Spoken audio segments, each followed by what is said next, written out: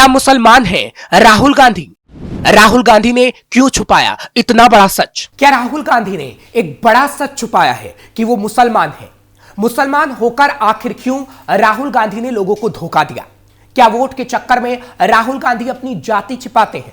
और क्या वोट के चक्कर में ही राहुल गांधी मुसलमानों के साथ नजर आते हैं? नमस्कार, मैं हूं आपके साथ हर्ष भारद्वाज। कैपिटल टीवी देख रहे हैं आप। मुजफ्फरनगर से भारतीय जनता पार्टी के पूर्व विधायक विक्रम सैनी अपने बयानों के चलते एक बार फिर चर्चाओं में है। पूर्व विधायक विक्रम सैनी ने एक कार्यक्रम के दौरान राहुल गांधी और मुसलमानों पर कुछ ऐसा बयान दे दिया जिससे वो सुर्खियों में आ गए। विक्रम सैनी के बयान ने राजनीतिक और सामाजिक हलकों में नई बहस छेड़ दी है। पूर्व विधायक ने राहुल गांधी की जाति और धर्म पर सवाल उठाए। ऐसे में ये एक बार फिर से चर्चा का विषय बन गया है कि क्या राहुल गांधी मुसलमान हैं? क्या सच में राहुल गांधी ने मुसलमान होने का छुपाया सच? राहुल गांधी मुसलमान हैं या फिर कोई और जाति के? ये जानने के लिए कुछ इतिहास के पन्नों को पलटना पड़ेगा और राहुल गांधी की वंशावली की बात करनी पड़ेगी। राहुल गांधी का परिवार देश की फर्स्ट पॉलिटिकल फैमिली कही जाती है। वह नेहरू गांधी परिवार की छठी पीढ़ी है। उनके परिवार की राजनीतिक वंशावली तैयार की जाए तो सबसे पहला नाम मोतीलाल नेहरू का आता है। वे ब्रिटिश जमाने के एक वकील थे, फिर कांग्रेस पार्टी के अध्यक्ष बन गए। वे महात्मा गांधी के समकक्ष नेता थे। फिर उनके बेटे जवाहरलाल नेहरू राजनीति में आए, वो भी एक वकील थे। फिर वे कांग्रेस के अध्यक्ष और देश के पहले प्रधानमंत्री बने। नेहरू खानदान मूल रूप से कश्मीर से आता है, लेकिन मोतीलाल नेहरू के पिता 18वीं सदी के शुरुआत में ही दिल्ली में आकर बस गए। फिर उनके बेटे मोतीलाल नेहरू ने वकालत के सिलसिले में इलाहाबाद शहर को चुना। वहीं पर उन्होंने अपनी प्रसिद्ध हवेली आनंद भवन का निर्माण करवाया। फिर नेहरू परिवार पूरी तरह उत्तर प्रदेश की मिट्टी में बस गया। आजादी के बाद नेहरू प्रधानमंत्री बने तो स्वाभाविक तौर पर वो दिल्ली में रहने लगे। फिर उनकी इकलौती बेटी इंदिरा गांधी भी उनके साथ रहने लगी।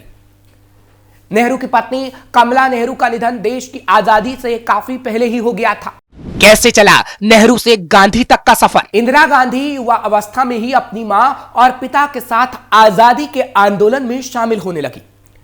गांधी परिवार को करीबी से जानने वाले वरिष्ठ पत्रकार रशीद किदवई के मुताबिक इलाहाबाद में एक प्रदर्शन के दौरान कमला नेहरू बेहोश हो गई। इस दौरान वहां पर युवा फिरोज गांधी मौजूद थे। उन्होंने कमला नेहरू को पानी पिलाया और फिर उन्हें आनंद भवन तक पहुंचाया। इस घटना के बाद फिरोज गांधी आनंद भवन आने जाने लगे। फिर उनकी इंदिरा गांधी से दोस्ती हुई और यह दोस्ती फिर प्यार में बदल गई। फिरोज एक पारसी परिवार से थे। उनका व्यक्तित्व बेहद आकर्षक था। वे कट्टर राजनेता थे। इंदिरा गांधी और उनका प्यार परवान पर था। लेकिन जैसा कि आम परिवारों में अंतरजातीय और अंतर धर्म विवाह को लेकर हंगामा होता है, कुछ वैसा ही हाल इंदिरा की फिरोज गांधी के साथ शादी को लेकर हो रहा था। लेकिन महात्मा गांधी के हस्तक्षेप के बाद यह मसला सुलझ पाया। महात्मा गांधी ने जवाहरलाल नेहरू को समझाया और फिरोज गांधी को गोद लेने की बात कही। फिर जवाहरलाल नेहरू और उनका परिवार फिरोज गांधी के साथ इंदिरा गांधी की शादी को तैयार हो गया, जिसके बाद 26 मार्च 1942 को आनंद भवन में इंदिरा फिरोज गांधी की शादी हुई। फिरोज गांधी का मूल नाम फिरोज गंडी या गैंडी था।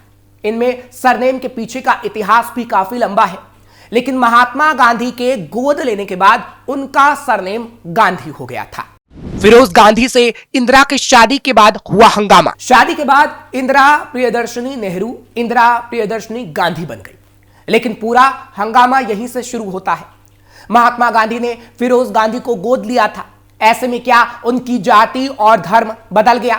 क्या उनको पारसी नहीं माना जाएगा?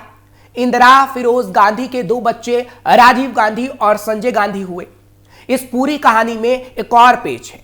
फिरोज और इंदिरा गांधी का वैवाहिक जीवन सुखद नहीं रहा।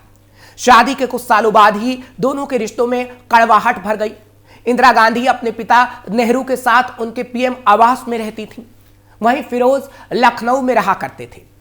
8 सितंबर 1960 को फिरोज गांधी का मात्र 48 साल की उम्र में निधन हो गया। उनके निधन के वक्त इंदिरा गांधी उनके साथ थी। फिर फिरोज गांधी का दिल्ली के निगमबोध घाट में पूरे हिंदू रीति रिवाज से अंतिम संस्कार किया गया।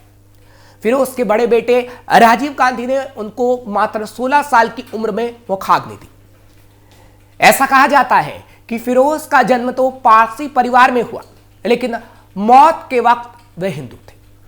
कुछ ऐसी ही कहानी बाबा साहेब भीमराव अंबेडकर की है। उनका जन्म हिंदू परिवार में हुआ, लेकिन उन्होंने धर्म परिवर्तन कर बौद्ध धर्म अपना लिया। उनकी राह पर चलते हुए उनके लाखों चाहने वालों ने भी बौद्ध धर्म को अपनाया। क्या है राहुल गांधी की जाति? सबसे बड़ा सवाल है कि राहुल गांधी की जाति क्या है। राहुल गांधी देश के एक सबसे प्रतिष्ठित परिवार से आते हैं। बहस इस पर है कि राहुल गांधी ब्राह्मण है या फिर पारसी या फिर मुसलमान। राहुल गांधी को पारसी माना जाए, मुसलमान माना जाए या फिर ब्राह्मण। दरअसल राहुल गांधी की पारिवारिक जड़ें और उन्हें कश्मीर का कौल ब्राह्मण कहा जाता रहा या उन्हें पारसी कहा जाए, इसको लेकर विमर्श लगातार चलता रहा है, बहस चलती रही है। राहुल गांधी के पिता राजीव गांधी पारसी पिता फिरोज गांधी की संतान है, जो सेक्युलर मूल्यों पर जीते थे। नेहरू परिवार में जाति और धर्म का सवाल दो पैमाने पर मापा जाता है। नेहरू, फिरोज और सोनिया के पैमाने पर राहुल की जाति का पता लगाया जा सकता है। फिरोज के पैमाने पर राहुल पारसी हो सकते हैं। भारतीय परंपरा में आमतौर पर जाति पिता के नाम से ही निर्धारित की जाती है। राहुल नहीं है मुसलमान तो दादा फिरोज की कब्र क्यों बनी? ये तो आप सभी को पता है कि राहुल गांधी राजीव और सोनिया की संतान है।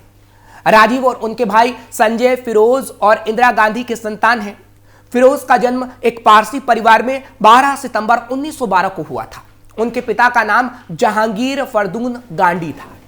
हालांकि किताबें कहती हैं कि गांधी फिरोज का कुल नाम या पारसी धर्म में जाति का नाम था, जिसे उन्होंने आजादी की लड़ाई में कूदने के बाद गांधी जी से प्रभावित होने के कारण बदलकर गांधी कर लिया। फिरोज गांधी ने 8 सितंबर 1960 को दिल्ली के धन वेलिंगटन अस्पताल में सुबह के वक्त अंतिम सांस ली थी। इसके बाद उनका अंतिम संस्कार किया गया। बाटिल फाक की किताब फिरोज द फॉरगेटन गांधी के अनुसार फिरोज के निधन के बाद कुछ पारसी परंपराओं को भी फॉलो किया गया था, लेकिन अंतिम संस्कार हिंदू तरीके से हुआ। फिरोज गांधी के अंतिम संस्कार के बाद उनकी अस्थियों को संगम में प्रवाहित किया गया, जबकि कुछ अस्थियों को दफनाया भी गया था। जहां इन अस्थियों को दफनाया गया वहां एक कब्र भी बनाई गई।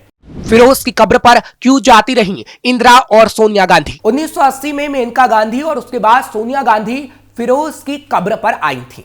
उसके बाद परिवार का कोई सदस्य इस कब्रिस्तान में नहीं आया। इस कब्रिस्तान की देखभाल एक चौकीदार करता है। कब्रिस्तान में कुआं और एक मकान के अलावा चौकीदार के रहने के लिए 2 कमरे भी बने हुए हैं। देखभाल के अभाव में फिरोज गांधी सहित उनके पूर्वजों की कब्र जर्जर हो चुकी है। प्रयागराज में पारसी मजार की देखरेख करने वाले बाबूलाल ने साल 2019 में एक मीडिया समूह से बात करते हुए कहा था कि राहुल गांधी भी इस मजार पर आए थे और 10 साल पहले उन्होंने फूलमाला भी उस पर चढ़ाया था। 2019 में उन्होंने कहा था कि इस घटना को 10 साल हो चुके हैं। राहुल गांधी की जाति को लेकर कई बार उठ चुके हैं सवाल। राहुल गांधी जब भी जातीय जनगणना की बात करते हैं तो देश में सियासत गर्मा जाती है और राहुल गांधी की जाति पूछी जाती है, लेकिन राहुल गांधी अपनी जाति बताने में सक्षम नहीं रहते। हाल ही में राहुल गांधी ने जातीय जनगणना की मांग की थी। लोकसभा में भी उन्होंने इस मुद्दे को गर्मजोशी से उठाया और कहा कि जैसे ही हमारी सरकार आएगी हम लोग जातीय जनगणना कराएंगे, जिस पर बीजेपी सांसद अनुराग ठाकुर उनसे उनकी जाति पूछने लगे, जिस पर कांग्रेस ने बड़ा हंगामा किया। सपा अध्यक्ष अखिलेश यादव भी राहुल के समर्थन में नजर आ रहे थे और हंगामा लोकसभा में बरप रहा था। हालांकि कई बीजेपी नेताओं ने राहुल से उनकी जाति पूछी थी। मनोज तिवारी ने कहा था कि राहुल गांधी को इलाज की जरूरत है, उनका मेंटल हेल्थ चेकअप होना चाहिए। सबसे ज्यादा चिंता इस बात की है कि राहुल दुनिया की जाति जानना चाहते हैं और अपनी जाति बताना नहीं चाहते। आखिर क्यों? क्योंकि राहुल गांधी पारसी हैं या मुसलमान उनको खुद ही नहीं पता। फिलहाल यह कहा जा सकता है कि हर बार राहुल गांधी की जाति को लेकर सवाल उठते रहे हैं, लेकिन उसका जवाब कांग्रेस या राहुल गांधी खुलकर कभी नहीं देते, क्योंकि अगर ऐसा किया गया तो कुछ तबका उनसे नाराज हो जाएगा, जो वो नहीं चाहते। शायद इसलिए ही वो अपनी जाति नहीं बताते। फिलहाल आपको ये खबर कैसी लगी आप कमेंट सेक्शन में जरूर बताएं। खबर को लाइक करें, हमारे चैनल को सब्सक्राइब जरूर करें।